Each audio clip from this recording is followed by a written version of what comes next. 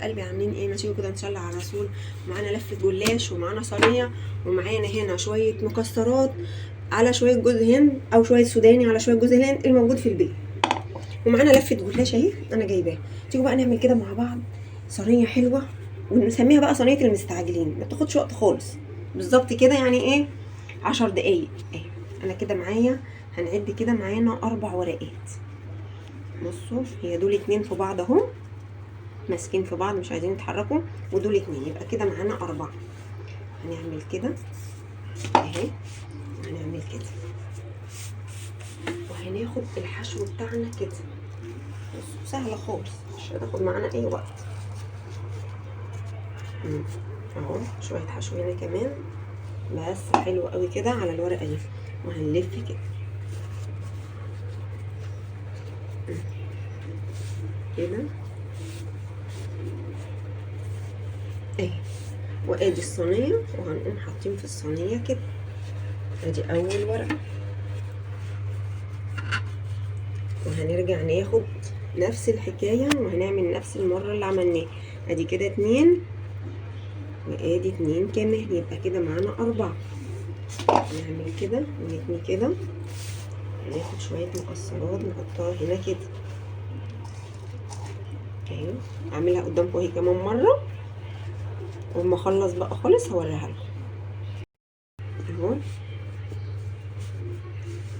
حب اهي لفيناها برضو تمام اهي، هننزل بيها كده نحطها هنا كده برضو جنب اختها. هكمل وهوريهولكم كل ما اخلص خالص اهو. بعد ما خلصناهم اهو زي ما انتم شايفين، هنعمل بقى ايه؟ هنبدا نقطعهم مع بعض كده. بصوا تقطيعه بقى سهله ايه، هنعمله كده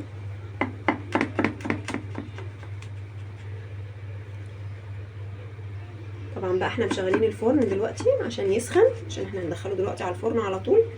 وطبعا السمنه هنسيحها وهننزلها عليه على طول كده. بصوا التقطيعه جميله ازاي،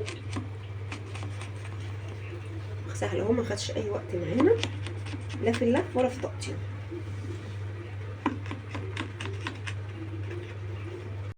كده اهو قطعناها زي ما انتم شايفين اهو.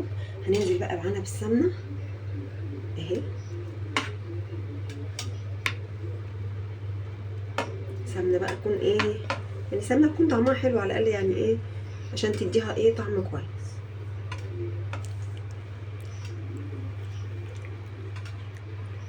اهي.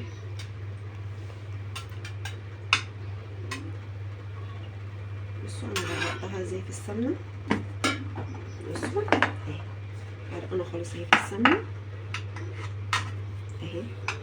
كده بقى هدخلها الفرن، انا مولعاه مشغلاه على 200 وهدخلها على الفرن. طبعا الشربات انا ايه معروف هنعمل ايه يعني، احنا عملناه مع بعض كذا مره.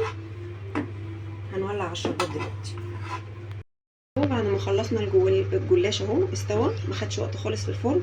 وطبعا الشربات اهو السكر، وحطيت عليه الليمون، وحطيت عليه معلقه سمنه والفانيليا، وممكن تحطي كمان شويه ملح ليمون بيخليه حلو لو مفيش ليمون يعني.